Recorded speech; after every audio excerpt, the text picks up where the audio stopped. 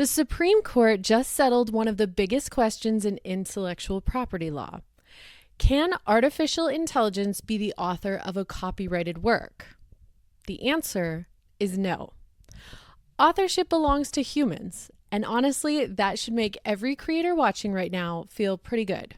But before you celebrate, there's a second layer to this story that matters just as much.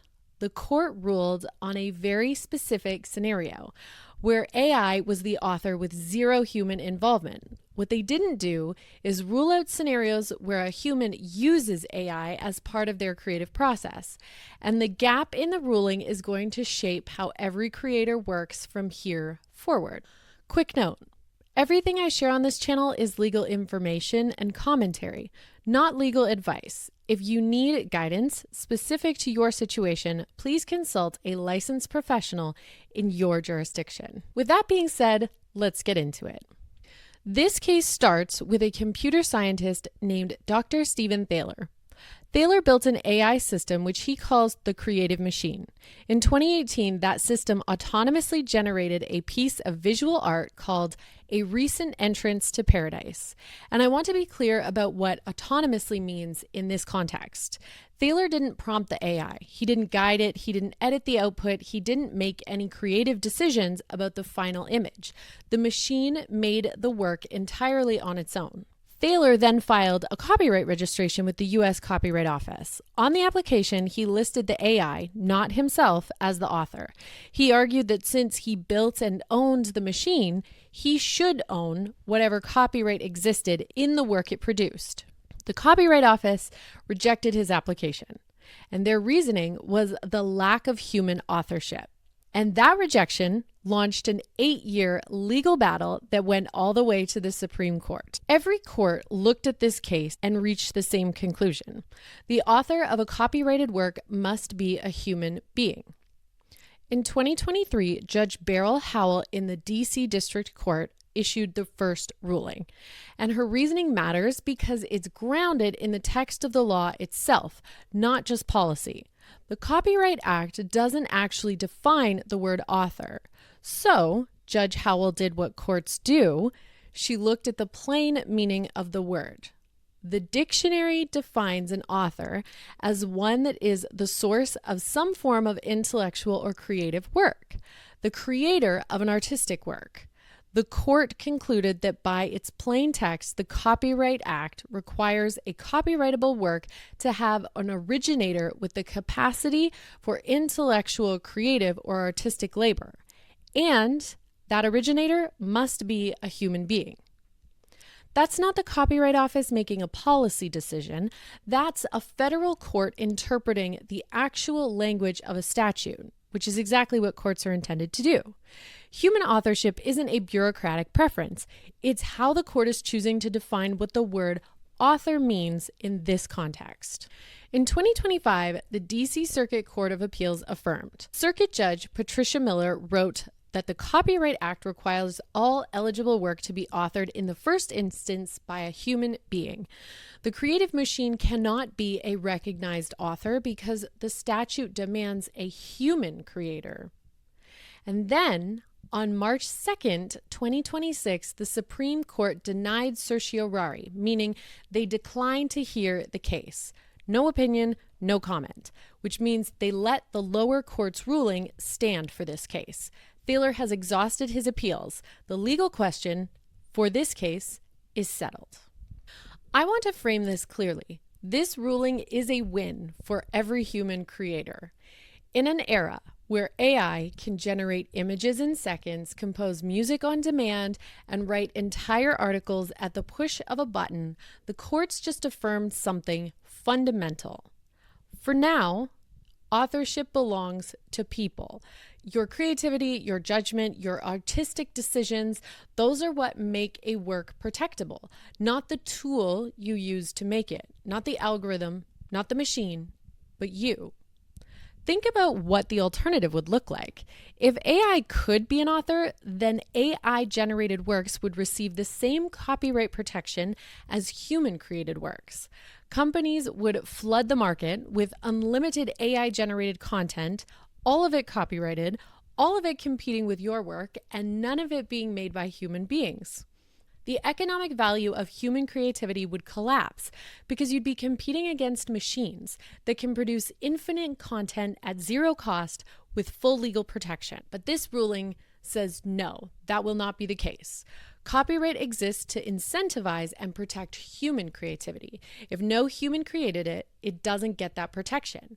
And that means your work, the work you actually put your mind and your talent and your heart into, still have value that the law recognizes and protects and prioritizes.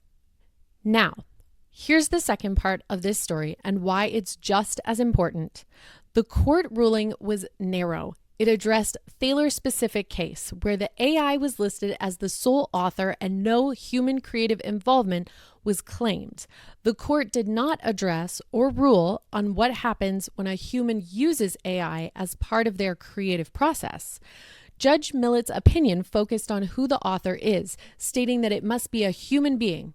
The person who created, operated, or used the artificial intelligence is the author, not the machine itself. Listen to that again. The person who used the AI can still be the author. The court drew a clear line between AI as the author and AI as a tool used by a human being. One is protectable and the other we don't know yet.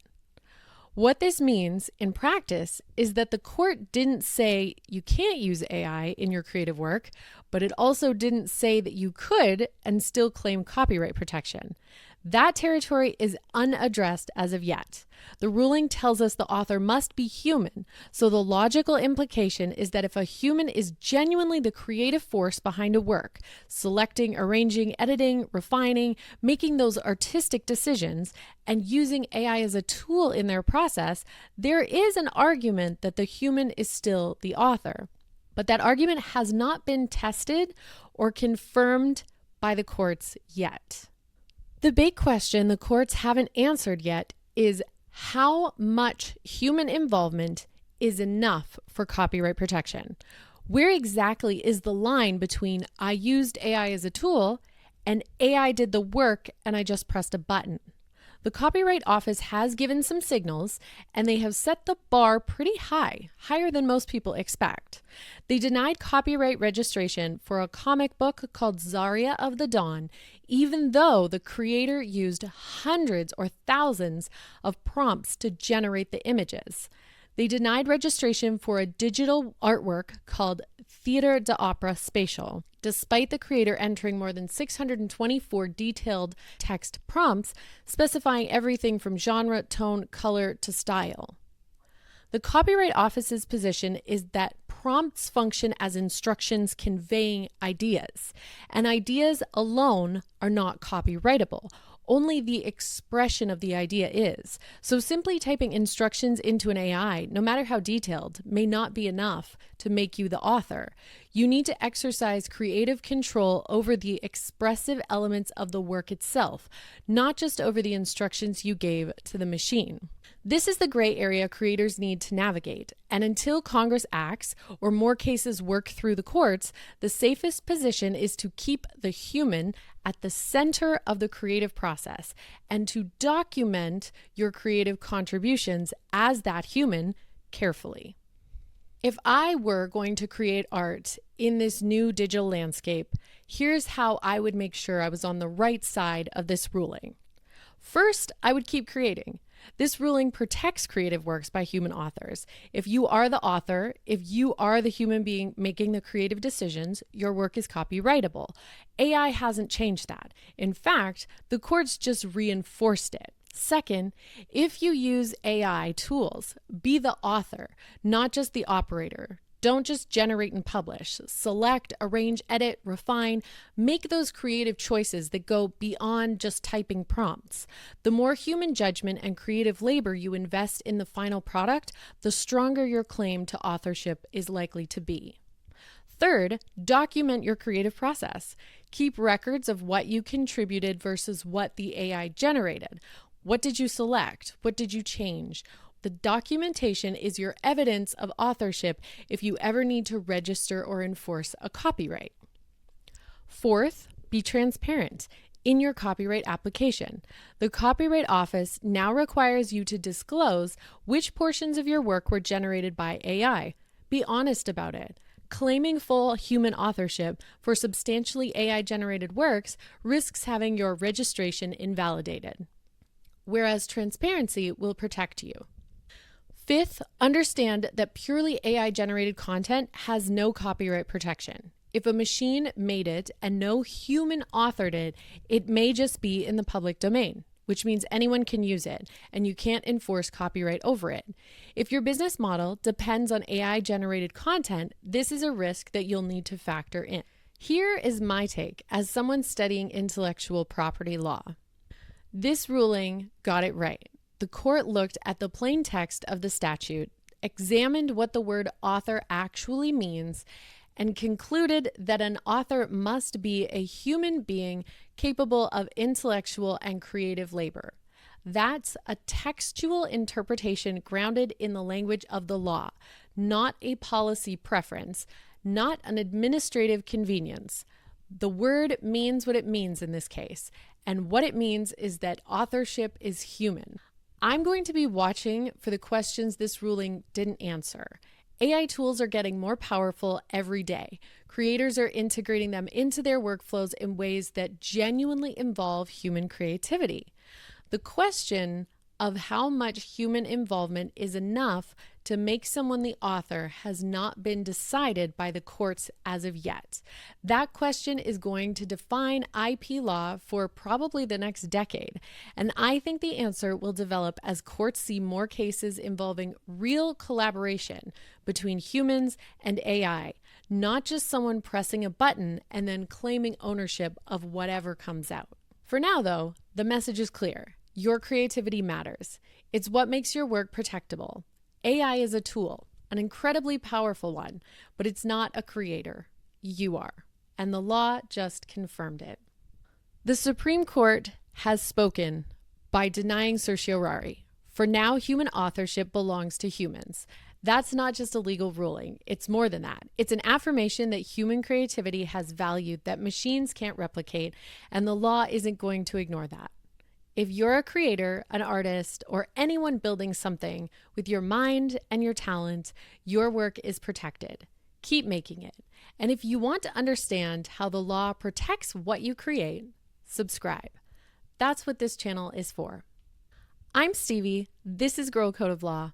I'll see you next week.